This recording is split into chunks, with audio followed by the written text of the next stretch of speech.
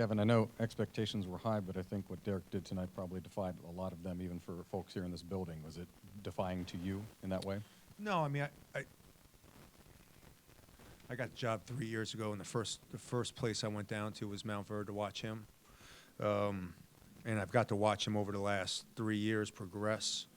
I've got to see him lose almost 18 pounds since he got here, and I think I said it on media day. He's one of the best freshmen, if not the best freshman in the country. I know a lot of people talk about other guys, but what he did tonight is what he does every day in practice, so it's not really that surprising.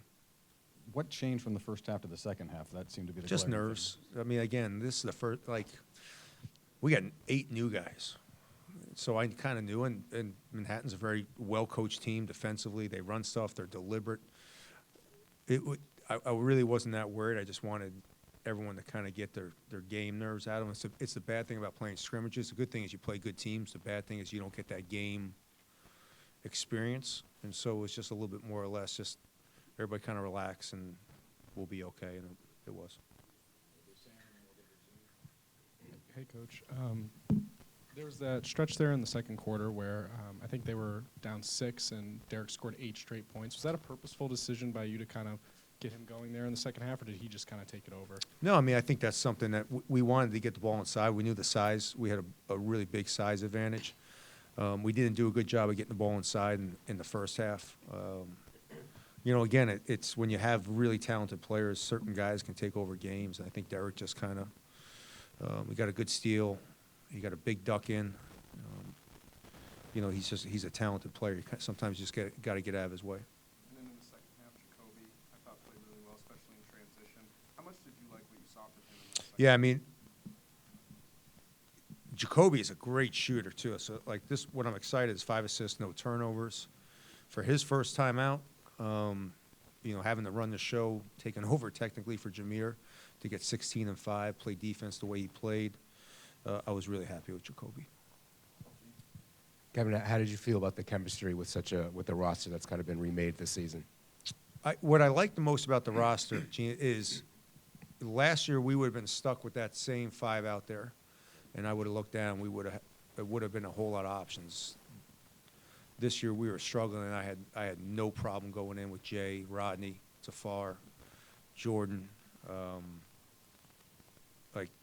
It wasn't even a thought process for me because that second group gives that first group every day in practice. So last year I think we would have struggled, and we did last year's first game. We struggled because we didn't have that many options. It was nice to sit there and be able to put Rodney Rice in to start the second half and know what he can do. So the chemistry is a long way. I think everyone's going to say the same thing. We're not the only one, but I do like the fact that I had a lot of confidence in going to the bench and playing Jay, playing Rodney, Tafar, Jordan, extended minutes.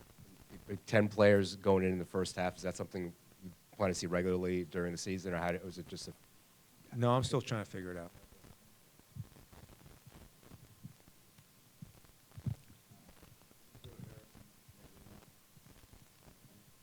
Kevin, what did you see in the minutes with Derik and Juju out there together? How did they kind of play? Yeah, balance each I'm other still. off? I know all the fans love and want them to play together, and I get it.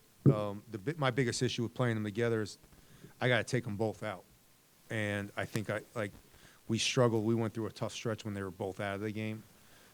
I think when they're both out of the game, I'm giving the other team a gift. I got to figure out, and it's really, really hard to try to play a center 8 straight minutes at this level. And so one of them has to play almost 8 straight minutes, and then it's really hard to get them back in. And I know everyone thinks it's a lot easier to do. It's really not easy to do with 2 big guys that have to run the floor, set screens, stay out of foul trouble. Then if they do get in foul trouble, now you're stuck with one of them there. They work really well together. I just don't like giving the other team a free pass, not having them one of them on the floor, because I don't care who you are. If you got to guard Julian Reese and Derik Queen all game long and you never get a break, you're going to be in for a long night. And no Selton in the second half. Was that just an injury-related thing? Yeah, Selton sprained his ankle 2 days ago. Missed most of yesterday's practice. I wanted to get him out there and just get the feel of the first game and go through everything. But he looked like he was just kind of not himself, and so that was just kind of what I didn't want him to mess that ankle up any further. And then talking with, I think you mentioned it too, and talking with Rodney at Media Day, he said it might take him a little bit of time just to get settled, having not played in so long. But what did you see from him today? He seemed, especially in that second half, really comfortable. Well, I mean, I think the biggest thing I've seen is over the last 2 weeks, Rodney's been our most consistent and probably best player in practice. And so I think he's gained a lot of confidence in practice. So through his confidence, I have great confidence in him.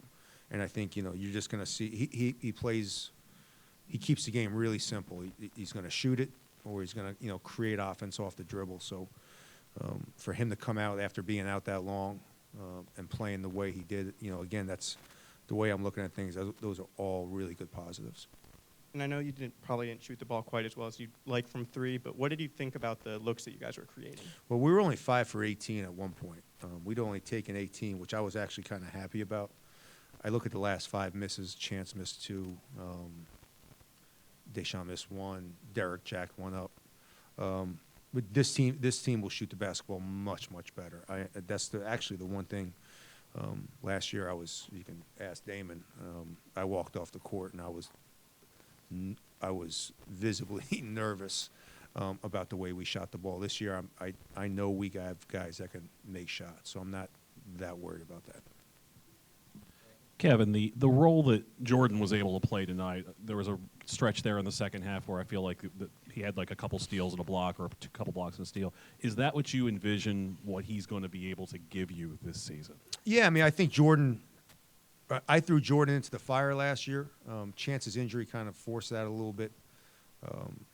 So I had to throw him into going from a guy that was not so much a role player, but knew his role, to going out and playing 30 minutes a game and trying to figure it out. Jordan, I think, knows who he is now, and I think that makes a huge difference as a player. Kind of when you figure out who you are and what you can do and how you can be effective on the court, I think Jordan's figured that out, where I don't think he had figured it out last year. And a similar type of thing with Deshaun. Did you feel like he kind of picked his spots a little bit better tonight, and maybe the game kind of came to him a little bit better? Yeah, I'd like to see Deshaun be a little bit more aggressive. He's putting the work in, shooting and offensive-wise. I'd like to see him be a little bit more. I think that was a little bit of our issue in the first half, is he can't be as passive. He's been really good going downhill and getting in pick and rolls. But again, even though he played 32 games last year and played all those minutes, your first time being back under the lights it takes a little time. But yes, I think I agreed with you.